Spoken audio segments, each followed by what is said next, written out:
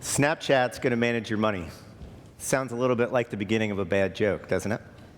We believe many of the things that are being discussed about the robo-advisor movement have gotten a little bit out of hand, and we're here today to talk to you and show you why. I'm Jay, this is Molly, and this is Blake, and we're with Envestnet. The robo-advisor movement has brought positives to the financial services industry, but one thing that's not discussed is the infrastructure that's needed to sit under these great front-end tools that many of the robo companies are creating. The future of the robo-advisor movement is not going to be standalone robos. It's going to be a blend of a digital movement, which is the simplicity of the robo technology brought together with the world's largest financial institutions, allowing them to widen the clients that they can serve and deliver better advice. We believe the future is these institutions being able to blend this digital movement to be able to serve a 20-year-old millennial on the exact same platform that they can serve the 70-year-old retiree that's looking for the relationship with a full human advisor. And we believe that one platform is what we call Advisor Now, and we're going to show that to you today. Let's see it, Molly. So whether an investor is working in a traditional relationship with a financial advisor, or they prefer a more digital online self-service tool, there are really three things that the investor needs to do to be successful. They need to plan, create a financial plan, establish goals. They need to invest in an investment that's going to support those goals and that plan. And then they need to monitor both the plan and the investments on an ongoing basis. So we're going to show you how the Envestnet Advisor Now toolset allows the investor to do that. I'm an investor. I'm going to my advisor or institution's website. I see a description of an online investing tool, and I can either sign in or sign up.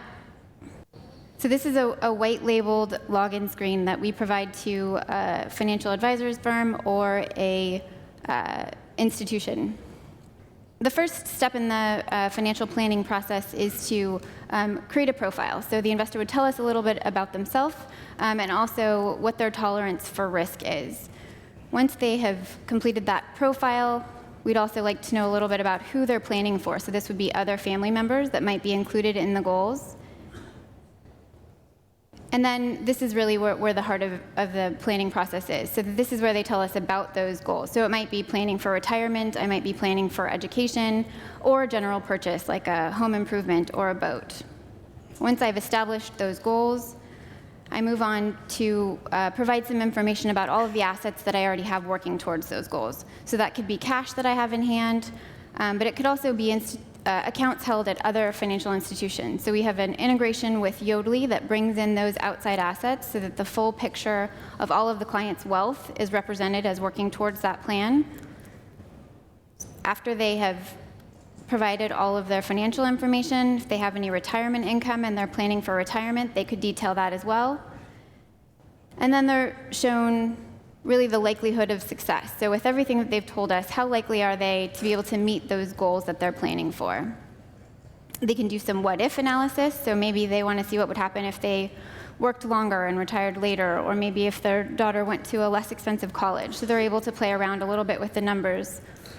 But then ultimately, if they have assets that are not invested, they have the opportunity to select an investment on the platform. And this is where a financial advisor might jump in. So maybe as an investor, I'm not really sure what investment is correct for me, but I have some choice here. So this is the opportunity for an advisor to come into the process and help me select from a number of available investments. And then, of course, the very next step in the process would be for to do the ongoing monitoring of those investments and that financial plan. So after we've done the planning, it's important for the client to be able to monitor their assets. So that's when we move to the phone and a mobile device.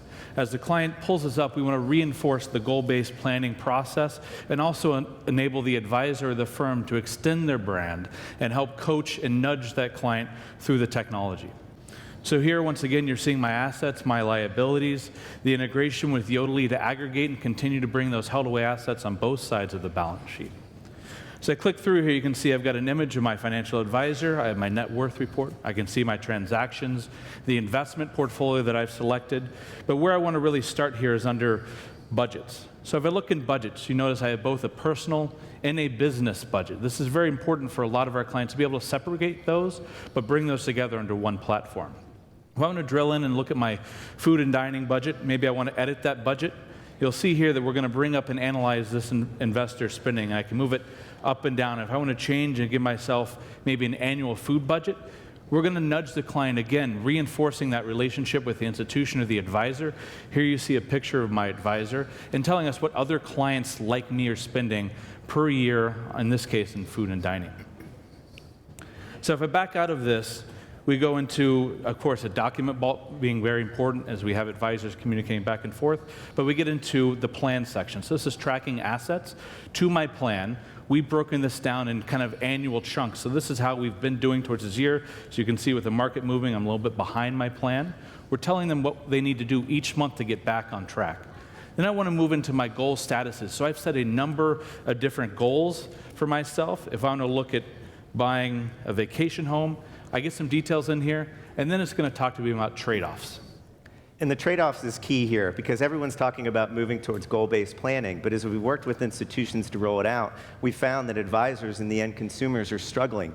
If I'm a consumer and I'm coming short on my goal of spending college for my kids, should I put more money towards that goal, or should I stay on track and stay towards retirement? So the trade-offs that the consumer is making about their goals is a key part of this technology.